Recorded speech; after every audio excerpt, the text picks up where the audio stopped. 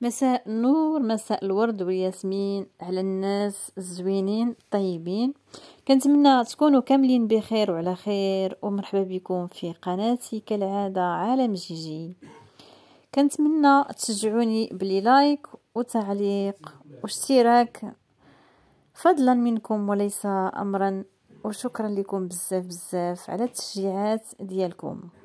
اليوم غادي نخليكم مع حكايه ضياء من نعومة أظافرها، غادي تحكي لكم بلسانها إن شاء الله. ضياء اللي كتبلغ الآن عمرها 26 سنة. كتقول لكم أنا اسمي ضياء، اللي من نهار حليت عينيا في دار جداتي وجدي تما خلاقيت مع خالي ومرات خالي وخالتي. كنا عايشين في دار جدة وجدي، كانت عندهم دار كبيرة فيها جردة وفيها لابيسين، ودار كانت زوينة، كانوا فيها بزاف نتاع الأشجار مختلفة والأزهار، يعني أشياء اللي كانت زوينة في ديك الدار. جداتي وجدي كانوا مفشيني بزاف، وحتى خالتي وخالي يعني كانوا مفشيني بزاف. كنت أنا هي الحفيدة الأولى في العائلة، لهذا كان الكل تيفششني، كان الكل تيحبني، يعني كنت اللي بغيتها كنلقاها.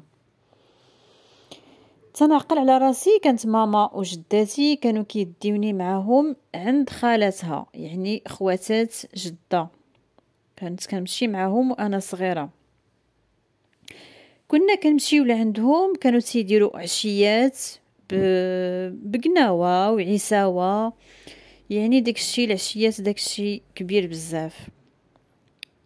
بديت كنكبر شويه بشويه، بديت كنفهم، يعني ديك 4 سنين 5 سنين وانا تنشوف داكشي كيديروا العشيه فيها جديان مذبوحين او عتروس، يعني الدجاج وهادشي، وانا كنسمع باش عاد بديت كنفهم. الدجاج الاسود مذبوح يعني بواحد الطقوس اللي هي غريبه، وديك الطبلة كتكون يعني فيها العديد من المأكولات ومن المشروبات، منها حتى أنواع كثيرة من الخمور. هذه هي العشيات نتاعهم، كان فيها الحنة، فيها عساوة، فيها قناوة، فيها حمادشة، يعني فيها عدة أشياء. وكل شيء كانت العائلة كتجمع، يعني جداتي وخواتاتها كاملين وخوتها وصحابهم، يعني كل شيء كيتجمع. فاش بديت انا كنفهم شويه بشويه في التالي، كنت كنقول لماما ما نمشيش معاك، كنت كنبقى في الدار مع خالي ومرات خالي، كنت كنبقى معاهم. بديت كان مهم تنقرا قرايتي، وصلت للسنه الاعدادي، بديت كنحس براسي كنتغير، ماشي هي هذيك. فاش كنا صغار كنا تلعبوا في الجردة، كنا تلقاو شي اشياء معلقه في الشجر، احنا ما كناش تنعرفوا شنو هو هذيك الاشياء، يعني حجابات، شي حاجه اللي هي في منديل مطروز، وحنا كنا تلعبوا، وبعض المرات تناخذوا داك الشيء تلعبوا به، يعني ما عارفينش حنا شنو هو داك الشيء. انا وولاد خالي وولاد خالتي يعني كنا تلعبوا مجموعين في الجردة، وكنا كندوزو الصيف مجموعين. واحد النهار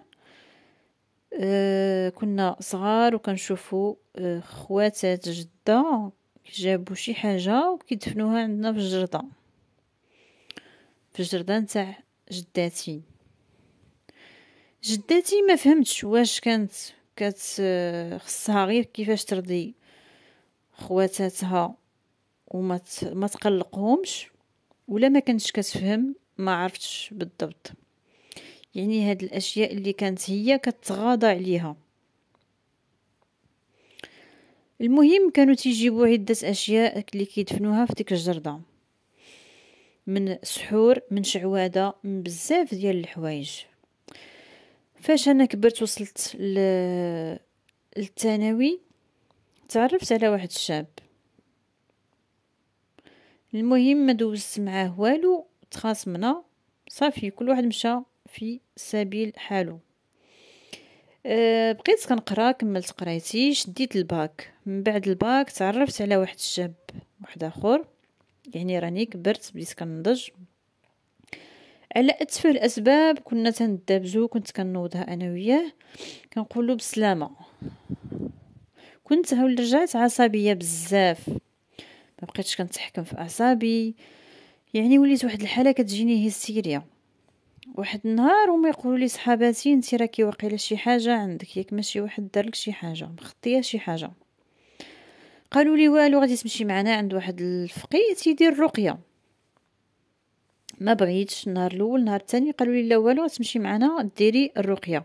مشيت معاهم بالفعل عند داك الفقيه دار لي الرقيه، وهو يقول لي بنتي راكي منين كنتي صغيره راه داروا لك شي حاجه، شي سحر راكي تخطيتيه ولا شي، مهم شي حاجه داروها لك. انا ما ديت هضرت وما جبت، بقيت هكاك بنفس الشيء. يعني عاوتاني تلاقيت بشاب واحد اخر ما كنكملش. صحاباتي قالوا لي والو، خصك تمشي تشوفي شنو هاد الشيء، لدرجه وليت كنمشي حتى لعند الشوافات اللي كنمشي عندها كتقول لي راهم دايرين لك شي حاجه فاش كنتي صغيره، راه كتخطيتي شي حاجه يعني وانتي مازال صغيره. شكون اللي غيدير لي شي حاجه وانا صغيره؟ يعني ما كيديروا السحر البنات اللي تيكونوا مثلا كبارين، يعني شي وحده باش تفرق شي واحد. انا يعني صغيره ما عارفه حتى شي حاجه، ما فهمت حتى حاجه. بقيت هكاك هكاك، يعني بزاف ديال العكوسات عندي في الحياه. حتى فاش قريت وكملت قرايتي، الخدمه اللي كنمشي ليها ما كيتيسر ليش فيها، مره على مره، ودائما المشاكل ودائما الصداع. حتى من ماما ما بقيتش كنتفاهم انا وياها، دائما تندابزو، دائما عندنا الغوات في الدار، يعني انا وياها ما كنتفاهموش. كنت الاكثريه تنمشي كنجلس عند واحد البنت صاحبتي، هي اللي كنرتاح معاها في دارهم. كي كندخل للدار نتاعنا كتجيني بحال الى العافيه شاعله في الدار، كتشدني الضيقه، ما كنقدرش نجلس في الدار. رجعت عاوتاني قالت لي صاحبتي والو غادي نديك ديري الرقيه. مشيت كندير الرقيه وعطاني المهم القران، نبدا نقراه، عطاني واحد الماء قال لي خصك تغتسلي بيه باش يحيد لك هادشي. وهو يقول لي راكي مخطيه شي حاجه، داك الراقي يعني قال لي راكي انت مخطيه شي حاجه، ما يمكنش تكوني انسانه عاديه، وإلا بقيتي هكا راه هادشي كيرجع المس الله يستر، يعني وتيسكن في الجسم نتاع الانسان. انا في هاد الحاله رجعت غير نعاس، كان بات فايقه مع التليفون والنهار كامل وانا ناعسه، ما كنقدرش نوض، ما كندير حتى شي حاجه، يعني حتى من حوايجي ما تنقدرش نطويهم. حوايجي دائما مرميين، بلاكاري دائما مرون.